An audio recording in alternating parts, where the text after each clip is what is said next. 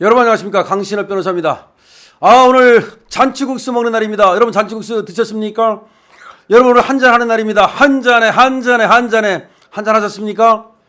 지금부터 기쁜 소식 빠르게 전하겠습니다. 아직까지도 강신업TV의 구독자가 아니신 분께서는 지금 바로 구독 버튼을 눌러주시기 바랍니다. 더 좋은 방송으로 보답하겠습니다.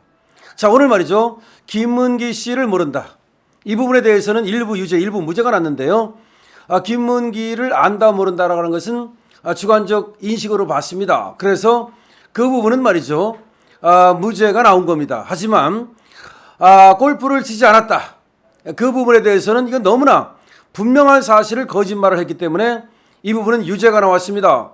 그러니까 김문기 건이라고 하는 것이 김문기 씨를 알지 못한다는 부분과 그때 호주나 뉴질랜드 갔을 때 골프를 치지 않았다는 부분, 그리고 나중에서야 김문기 씨를 알게 됐다는 부분, 이렇게 나눠지는데, 사실은 이제 김문기 씨를 안다 모른다 이 부분만은 허위 사실은 맞지만 공표라기 보기 어렵다.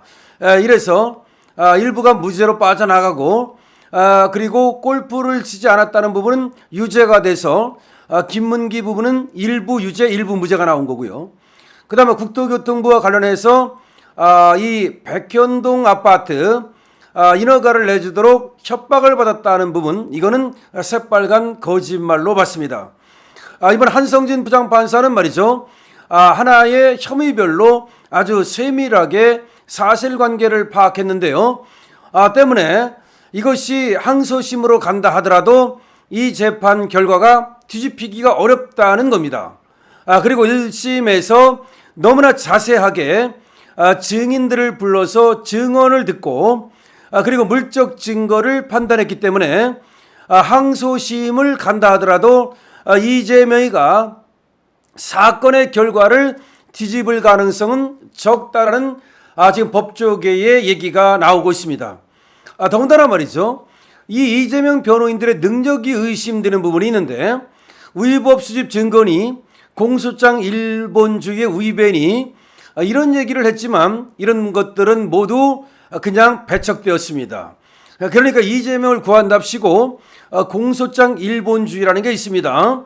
그러니까 공소장 일본주의라고 하는 것은 공소를 제기할 때 공소장에는 범죄 사실만 써야지 다른 어떤 예단되는 사실이라든가 내지는 증거와 관련된 얘기라든가 이런 거를 쓰지 않도록 되어 있는데, 그런 것들을 주장한 겁니다. 그런데 그런 거를 주장하는 경우는 거의 없습니다. 다시 말해서 이것저것 아무거나 막 던진 겁니다. 원래가 변호를 할 때는 말이죠, 이것저것 아무거나 막 던지지 말고 정말로 핵심 포인트를 잡아서 그 부분에 집중하는 기술이 필요한데, 이번에 이재명의 변호인들은 형사 변호 능력이 상당히 떨어지지 않았는가. 그 다음에 증인을 부를 때에도 말이죠, 핵심 증인을 불러서 날카로운 질문을 통해서 그야말로 사실관계를 분명하게 하고, 그를 통해서 그 현장 부재 증명과 같은, 다시 말하면 확실히 범죄를 저지르지 않았다는 그런 스모킹건을 제시하는 능력이 필요한데, 이번에 이재명의 변호인들은 그런 능력이 없었던 것으로 보입니다.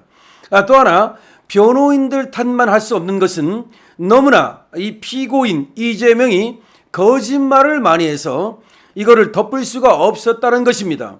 거짓말이 조금하면 이거를 어떻게 삼태기로 덮고 멍석으로 덮을 수 있겠지만, 거짓말이 너무 많으면 이 거짓말의 산을 그야말로 하늘로도 덮을 수 없습니다. 지금 이재명은 이 거짓말이 너무나 명백하고 너무나 컸기 때문에 변호인들도 이 거짓말을 덮을 수 없었다는 것입니다.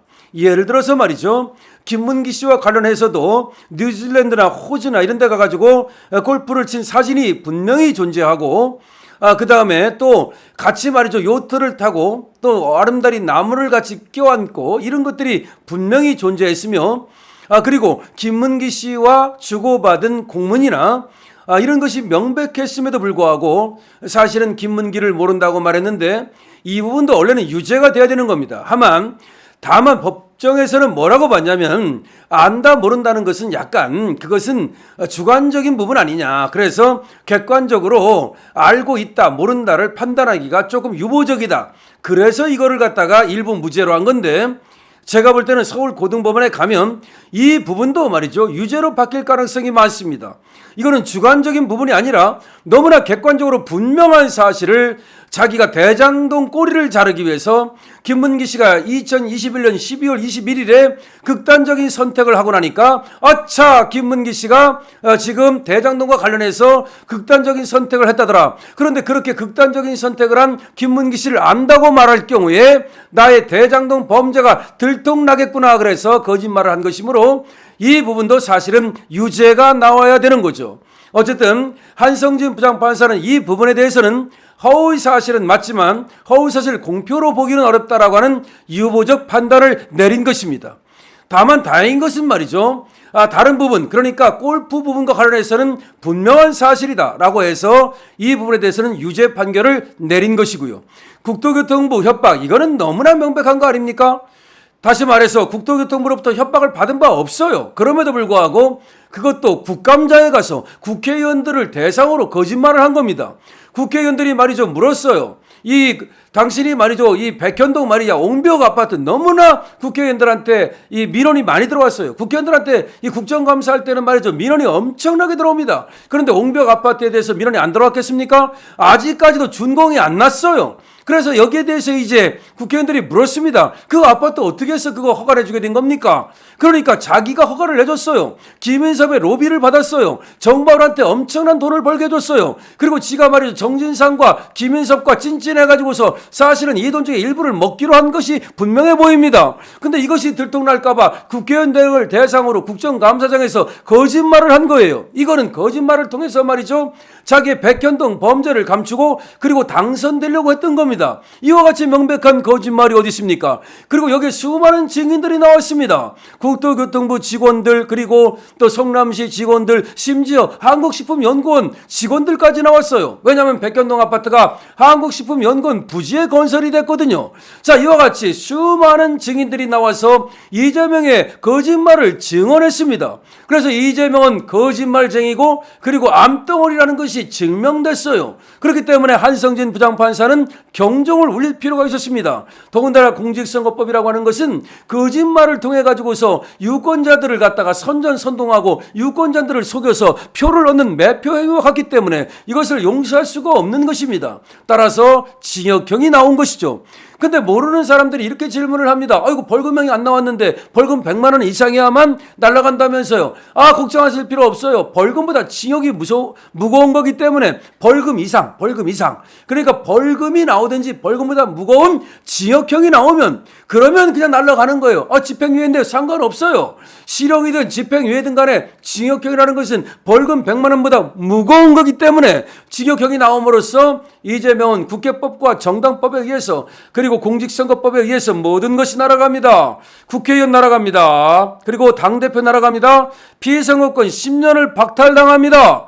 자, 이것은 언제 박탈당하는 것입니까? 네, 확정됐을 때 그런 겁니다. 그러니까 이놈이 항소를 하기 때문에 대법원 판결이 확정되게 되면 이재명은 모든 것을 날아가게 되고요. 434억은 어떻게 되는 겁니까? 한 달 안에 반납해야 됩니다. 중앙선관위에 반납해야 되는데 만약에 반납을 안 할 때는 국세청이 나서가지고 압류해가지고서 말이죠. 그냥 강제 경매해가지고서 그야말로 이 민주당의 당사를 갖다가 그야말로 경매를 때리든 민주당의 통장에 들어있는 돈을 그냥 빼앗을 수 있습니다.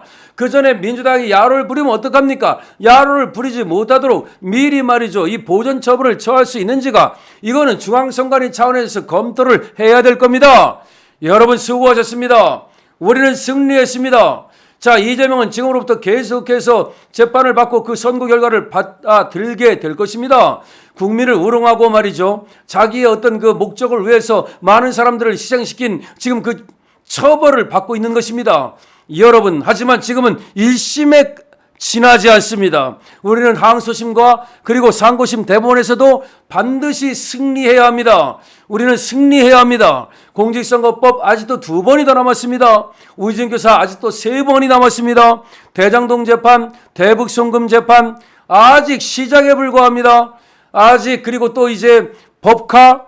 자, 지금 4개의 재판인데요. 법카는 100% 기소됩니다. 그럼 5개의 재판입니다. 그 다음에 또 뭐가 있습니까? 정자동, 서현동이 있습니다. 또 뭐가 있습니까? 가짜뉴스 김만배 신앙님 이 대선 공작 사건이 있습니다. 이 모든 것들이 재판으로 이어지고, 그래서 이재명을 완전히 단죄함으로써 전부 다 합하면 징역 30년 40년 무기징역이 돼가지고 이재명이라는 암덩어리를 우리는 완전히 싹둑 잘라내야 된다는 점을 여러분께 분명히 말씀드립니다.